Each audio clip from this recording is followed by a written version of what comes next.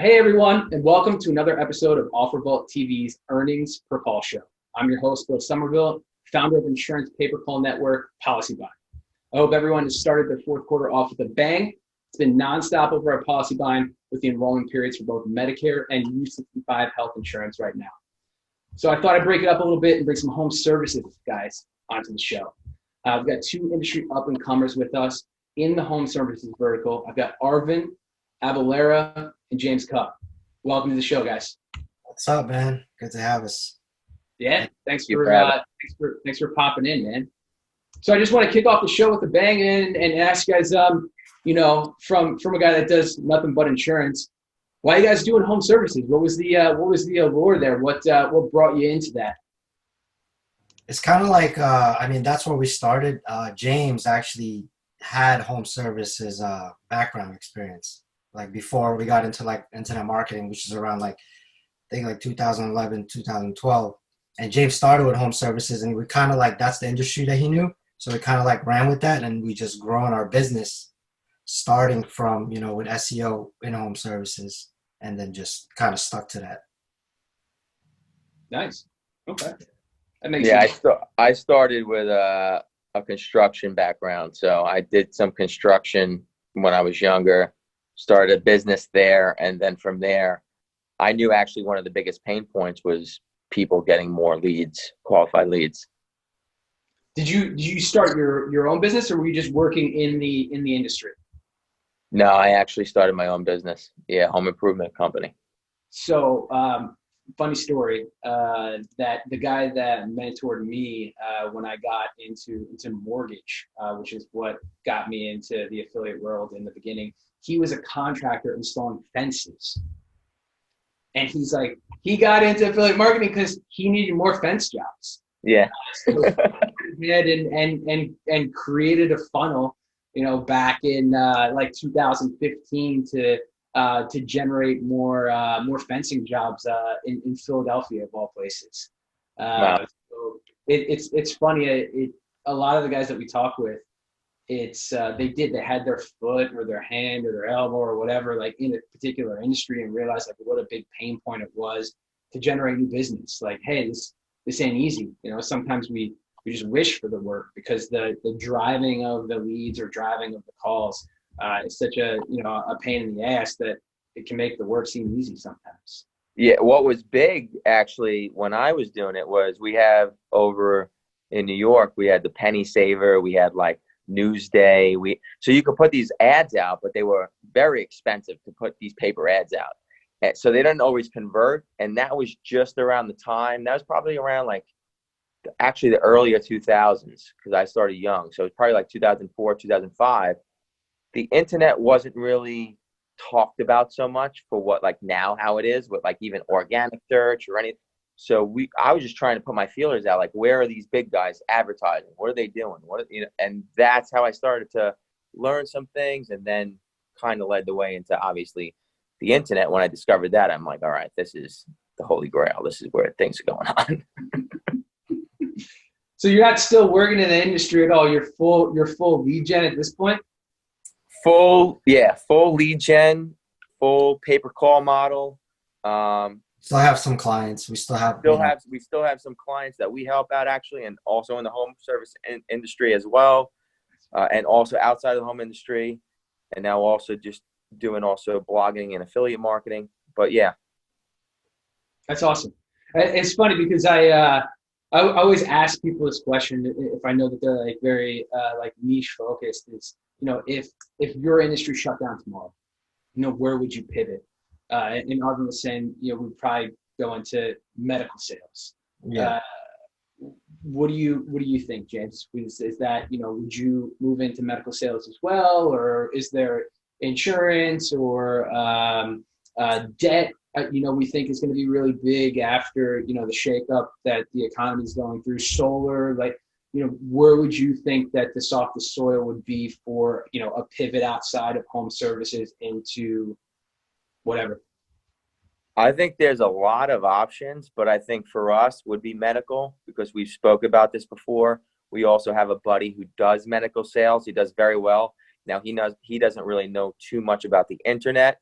So we bring that to the table, where I think that we can penetrate an area where it would actually probably 10x his business if we could get it right. So that's why I think that's something that we dabble in and think about.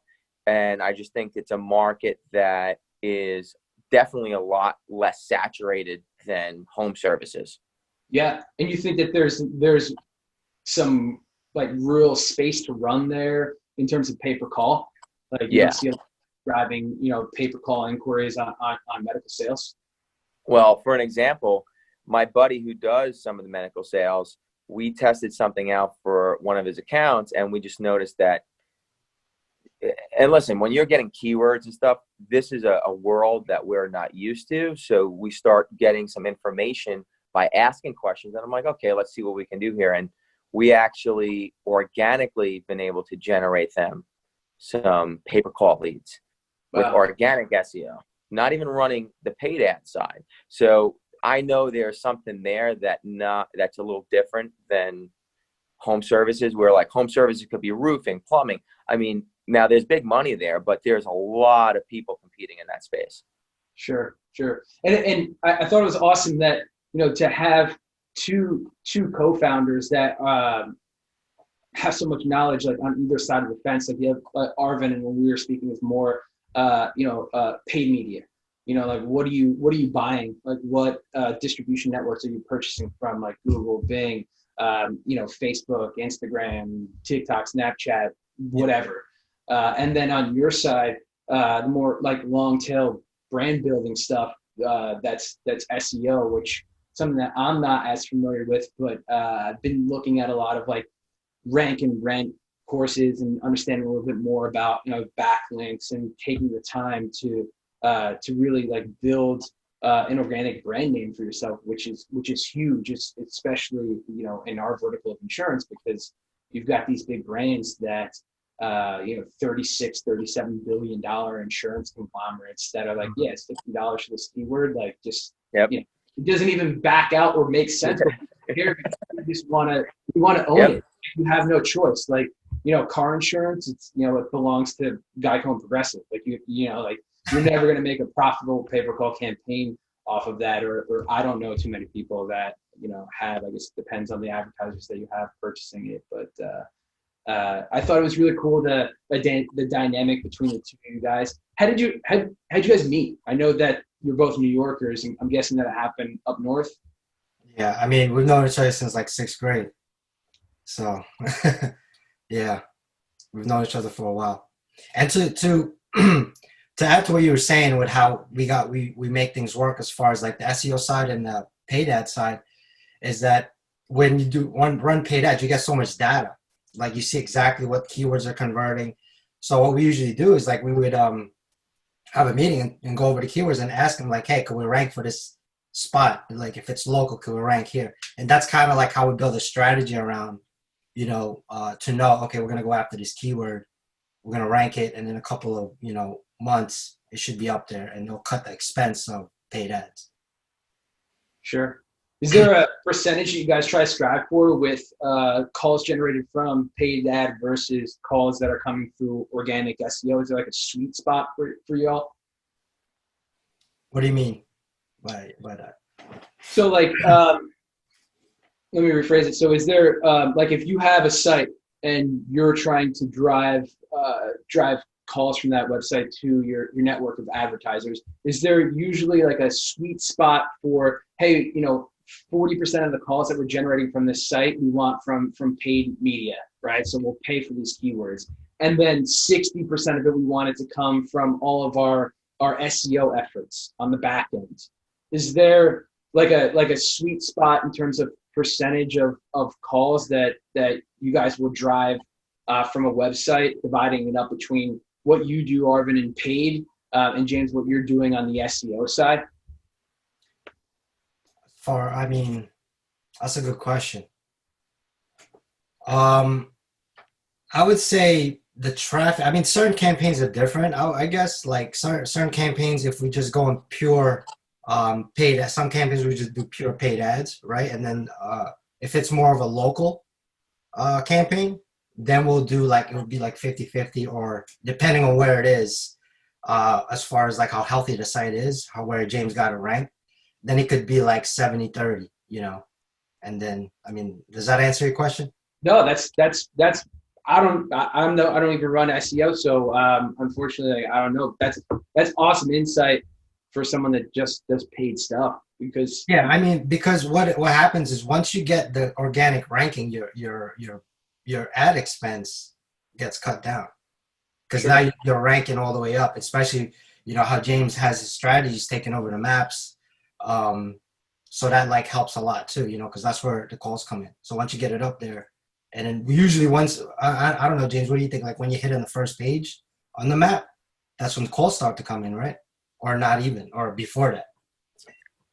Yeah, the maps, organically, the maps, you get in the maps for a few main keywords and you just start generating some calls. And from there, if you can get in the maps for even more keywords, I mean, organically, your phone just keeps ringing every week. And then the idea is to have multiple, you know, first page rankings, not only the maps, but then get your website up there in time as well.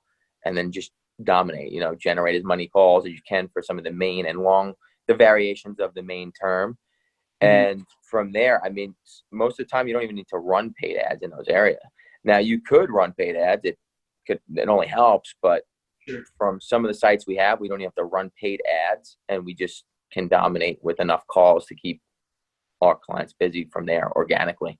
Man, that's awesome. And you said that you would think, in your experience, the softest soil to start would be to rank on maps first, and then to move it from maps to just just search pages. Well, not even just moving it from maps. Like I just noticed from Google's algorithm, because that's the number one thing that I focus on is Google search engine. Google's algorithm, we're usually ranking in the maps first. So if I build a site the way that we do it, we're usually getting in the maps first. Once we have a verified Google My Business listing, we'll actually end up ranking in the maps quicker than we rank organically in the regular organic search results. So once the map listing is ranking, for an example, we actually have a site right now like Lubbock Roof Repair. I think we're number one. That ranks number one in the maps. Our site might be at the bottom of page one now, or page two. Now I want to cross that over and get it up there as well, and that will help more call volume come in. But just by ranking in the maps alone, you're going to get some calls. Wow. And these are some pretty basic questions, but I know we're going to have some guys that are watching this that might not have the same amount of experience as you guys, probably more like my experience. How long does it take you to get ranking in maps locally? Is that something that takes months or years or days or weeks? Yeah, it's funny because we go after more competitive things. Like even right now, we're also in the water damage industry, which is super competitive. So I'm going after like New York City right now, which is very competitive. I would never tell like a big beginner person to invest in that, try that. That's going to take a while. You need to have some patience too in the game. Yeah. But we have also, because we also teach this, we have people who in a month in these unique niches, in 1 month, they're in the maps and they're getting calls. 5 calls a day, 10 calls a day. It's insane because these are niches, though, that we might not be aware about, but they go into these verticals. They go through a certain process and they're like, we're already there. So within a month or two, they can get in the maps. Now, a website, probably, I would say minimum 2 to 3 months. Again, this goes by the niche and the city you're in. And we kind of have a formula to this. Like if you're trying to compete in a big city like New York City, and you're going after something big like water damage or roofing or anything major, you have to, I would tell you, you're going to wait about 12 months to really dominate in that industry or try to get some calls, right? About 8 to 12 months. You have to have that patience. But if there's so many small cities that people don't look at, like Lubbock, Texas, where you could go in even in a competitive niche and even in a few months, start getting calls, 4 or 5 months, start getting calls. Now, if you get into a vertical that no one really thinks about, there's some unique verticals like kitchen or restaurant hood cleaning. Like I didn't hear, someone told me restaurant hood cleaning, which is like guys come into restaurants, they clean the hoods inside the restaurants, which have to be done because there's like certain like inspections that get done. you could get into that vertical. No one knows about it. And you can rank in the maps within a month or two. Now, how do you come up with this shit? I mean, like, do you guys do like vertical research or something like that, or just like you're just like pounding payment on New York City and you're just hearing stuff over dinner, or like does inspiration just strike you, on a Sunday morning? Yeah. I mean, for me, like, yeah, I'll hear different things and I start my wheels start working. I'm like, oh, like, let me start doing research. I use also just like, I mean, I have SEO tools like SEMrush, Ahrefs. I also use keywords everywhere, and I start looking like, is there search volume there? Mm-hmm. And everywhere is different. We all, even through different like states, there's different services because we all have different weather, different seasons, especially like home service. Like in Long Island, like in New York and Long Island, we have like cesspool services. So like no one really thinks to look at that. So like I took a look at that like live on one of my things, and it's like, people are looking for that, like cesspool cleanup, Long Island, cesspool cleanup, New York. Some places might have different services and these niches that not many marketers are in, that you could come in and start generating call volume. When did you guys get into digital marketing? Arvin, I'll start with you, man. When did you break into it? When did you get into it? To go way back, I mean, I started, it's funny. I started in college, which is, I think I mentioned to you, it's MySpace. I used to sell layouts. So I was going to music school, which is 5 Towns College. And I figured out I learned how to code MySpace layouts. And I would sell these layouts to my musician friends that want to promote their business on MySpace, or like promote. And then like we figured out that you could also increase the ranking for the top artist list. So we figured that out, and then we started selling that service. So that's how it started.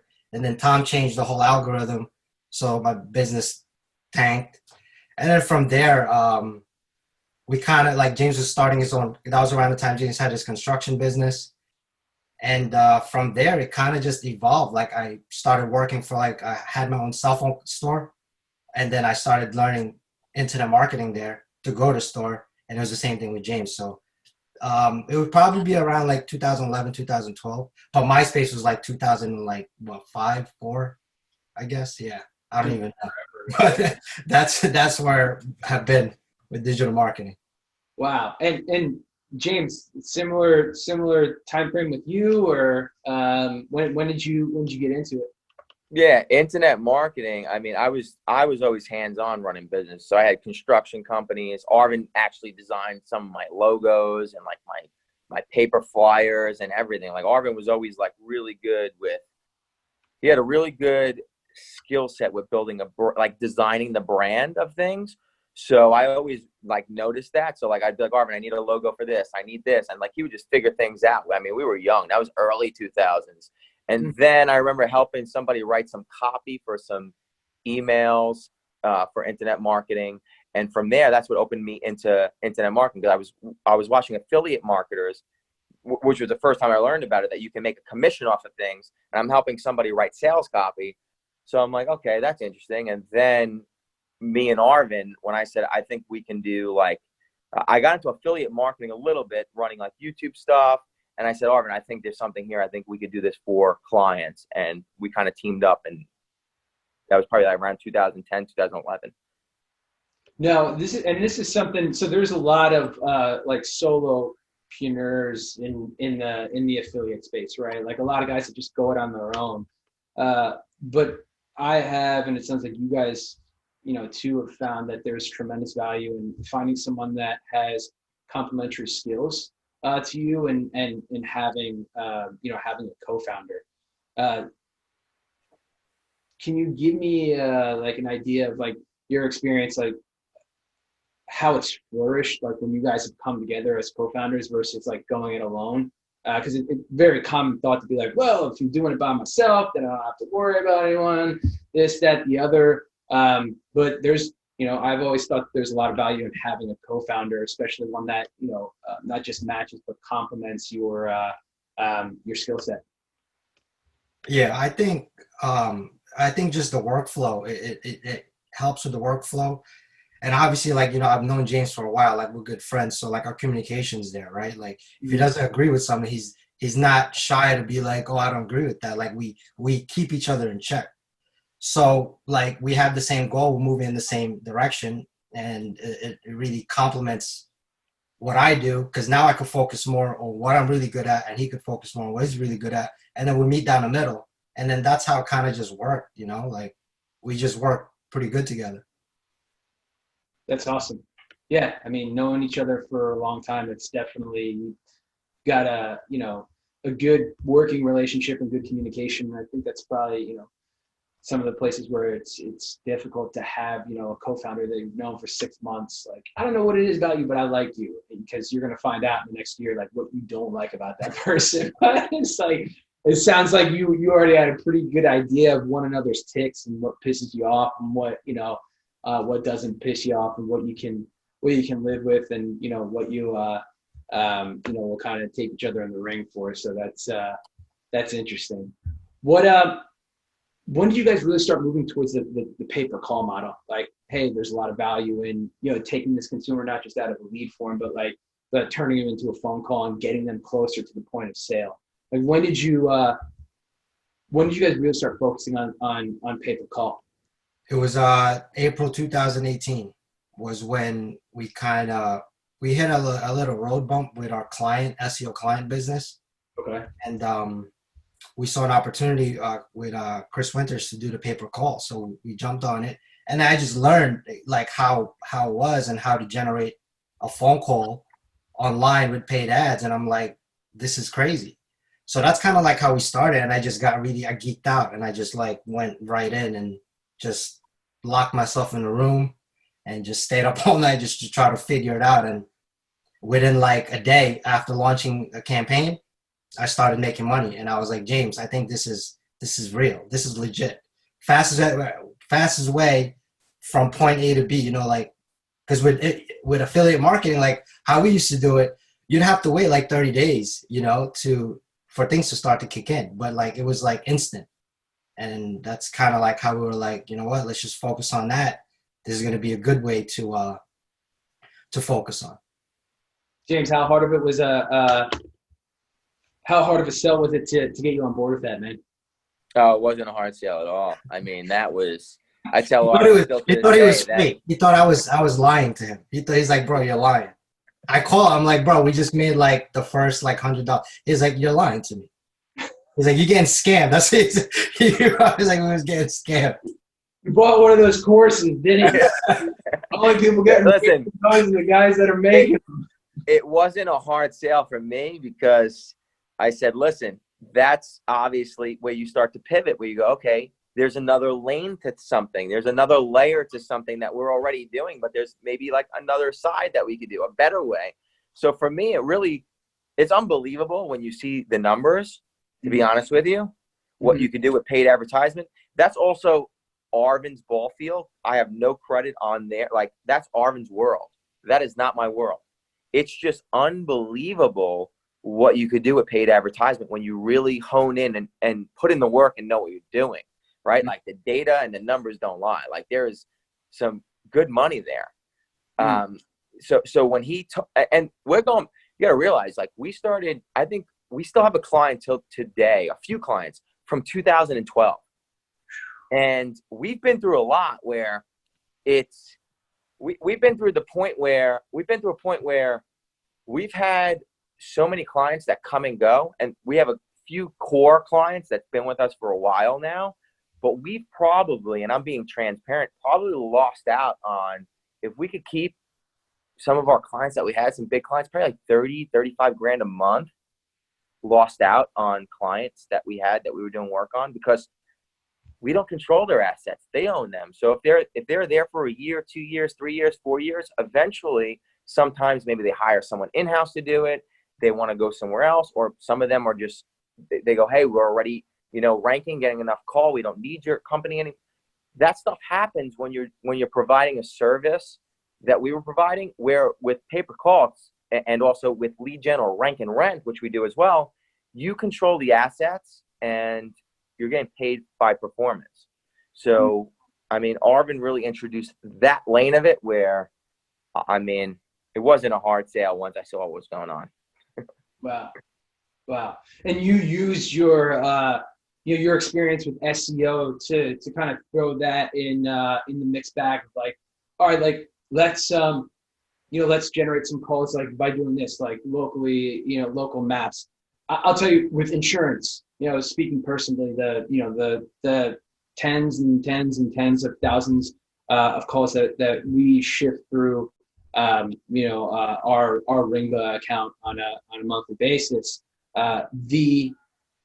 It's not guesswork. Like I can listen to a call immediately and tell what kind of ad it was, what channel it came from, and if it's through organic SEO or if it's through paid ads. And at least my experience in the insurance industry, and I don't know if this holds true as well for home services, is that if consumers are doing their due diligence on a search engine and they come and find you organically, it's a more knowledgeable consumer. The conversion rates are a lot higher, and it's just it lends to just a better consumer experience. And that's one of the things that we've been trying to do with our own internal media is make this insurance shopping process simpler for everyone.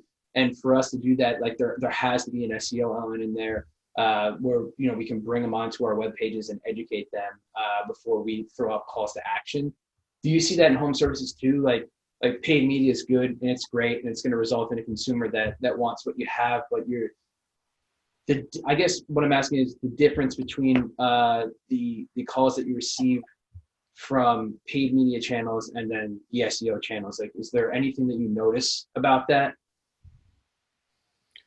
For me, I would say organically are the best calls. Organic are the best calls, hands down. I mean, paid.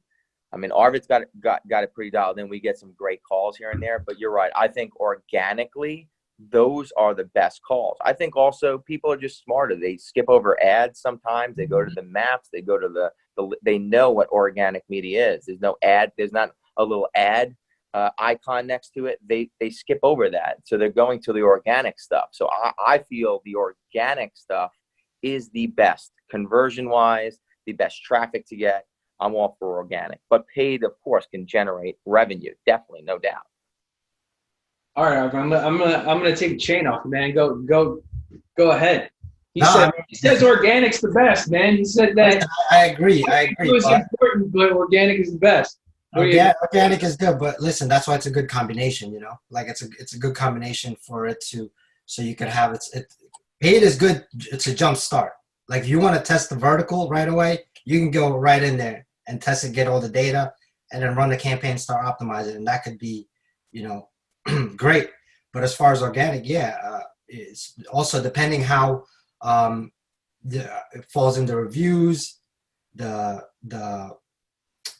content on the site, the copy and all that stuff. So what's the biggest, like if you guys are about to run a new pay-per call channel, like what's the biggest pain in the butt to it?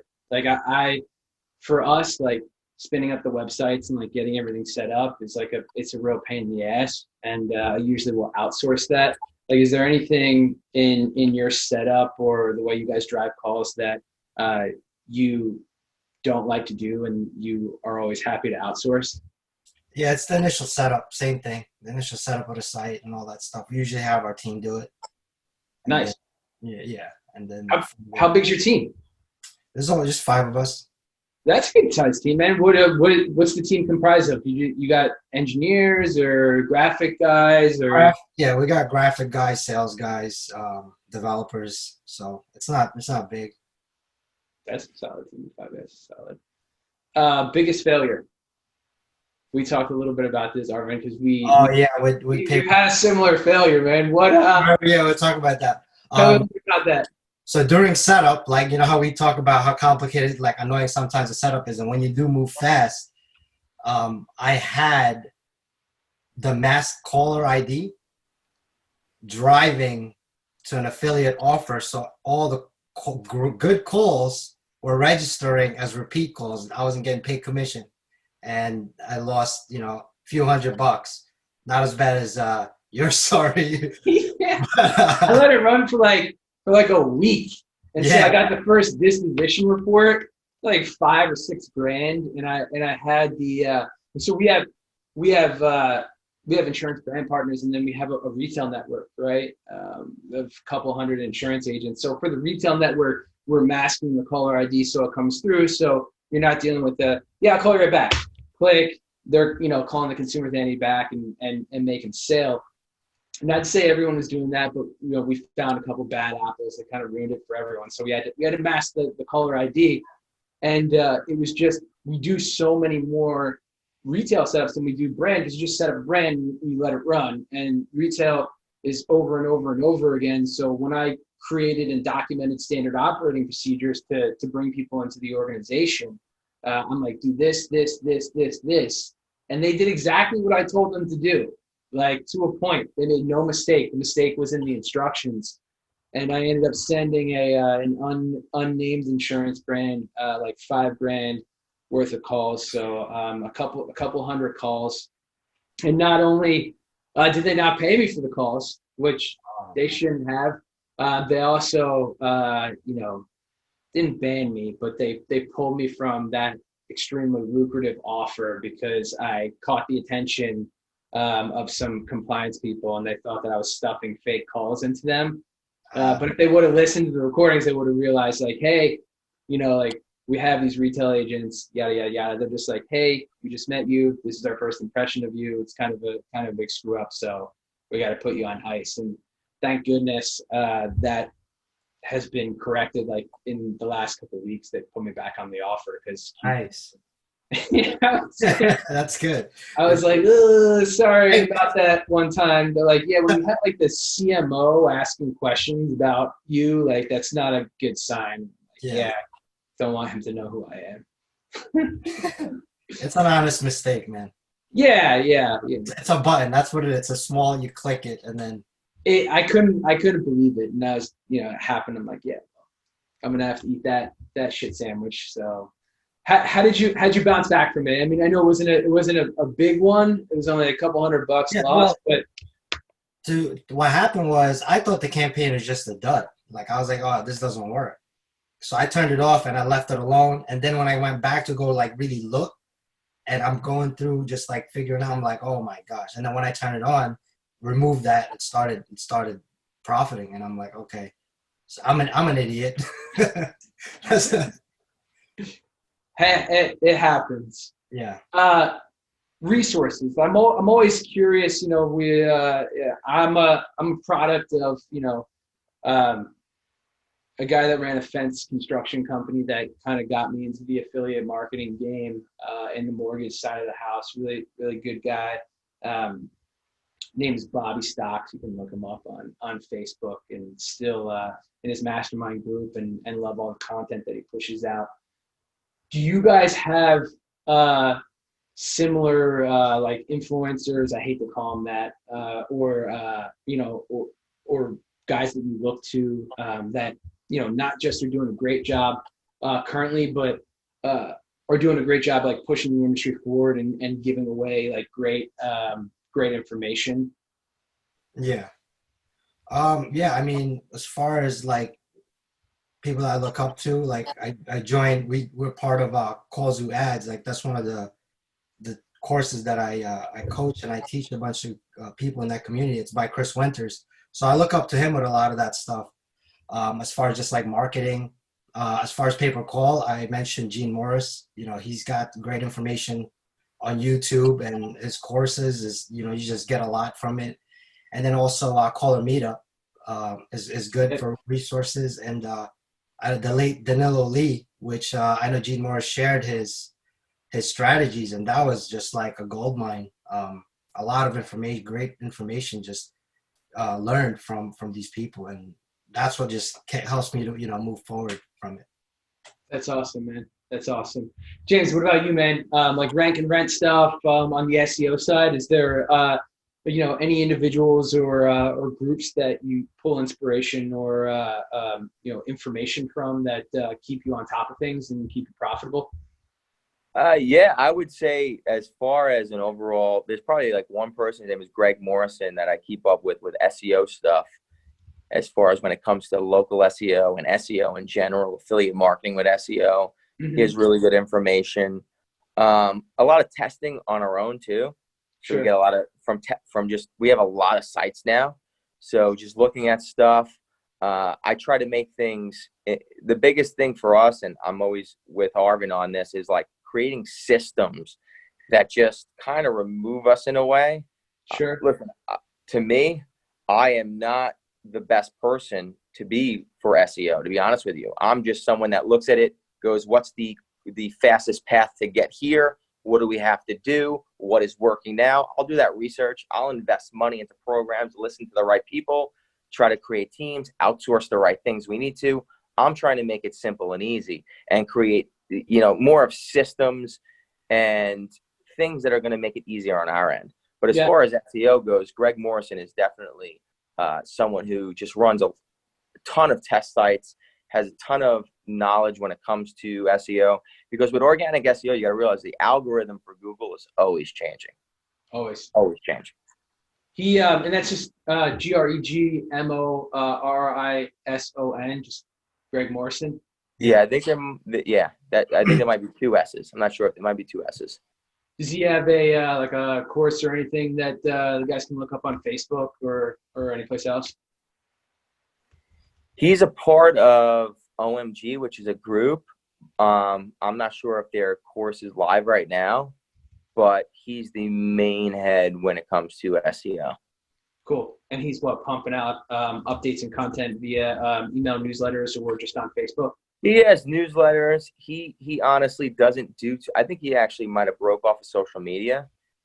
Most of the stuff. I mean, I've been following him since 2011. Awesome. He's just one of those guys that is just hands on. That's why it's good. He doesn't even really put too much information out there. He gets involved in groups and they put his information out there. He really has a lot of test sites as well. So he's the real deal. That's awesome. And it sounds like you guys also give back to the community through your own experience and your own testing. It sounds like you guys teach at a course or you have a course. Can you shed a little bit of light on that if any of our listeners want to check that out? Yeah. So like I said before, I'm part of the Callzu ads or Callzu community by Chris Winters. So they made me the coach. Okay. And I redid the training. And more information about that, just Google Callzu ads, or if you want to do like our blog, that's a lot of our on our main website. We're writing a lot of information and content on there right now, just for people that are curious and want to get started with either rank and rent,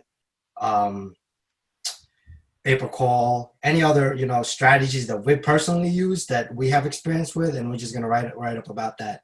And I mean that's kind of like what we're doing. And I know James has a course for rank and rent. If you want to talk more a little bit about that. Yeah. Yeah, it's called Digital Real Estate Secrets, and our main focus for Digital Real Estate Secrets is taking our students from not knowing anything and just teaching them about digital real estate in the local market, how to get a GMB, how to get it verified, how to get the website locally optimized, how to get up in the maps, up on page one, and start generating local calls. That's really what we focus on. Awesome. When did that course come out, James? I believe that might have been in Arvin. Was that February? I think, yeah. He released in February. I believe so, yeah. Yeah. That's awesome. Any success stories coming out of it yet? Or too soon to sell?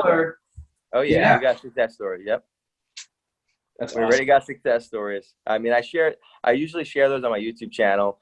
Also in our funnels and stuff, we share those. But yeah, we have students that are really taking a lot of action, and that's how we also listen. I learn from everyone too. Like I start learning about these niches. I'm like, I never even would have thought of that. It's like you put our formula in place, you're getting calls in 4 weeks. Where something with the niches we go in, it takes 3 or 4 months. That's amazing.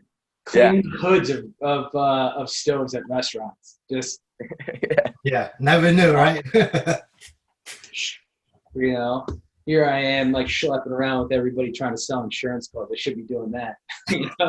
Like horsehair cleaning like Yeah. niche, in Wellington, Florida, or some polo club. That should be doing, You'd be surprised. You'd be surprised. Nowadays, man, with the way 2020 is, I used to get surprised. Now I never get surprised anymore. Now I'm just like, yep, there it is. Meteor coming to Earth. No biggie. Awesome. Well, guys, I just want to thank you so much for taking some time out of your day on a Friday to get the recording with us and share some of your knowledge, your experience, where you guys came from, where you're at right now.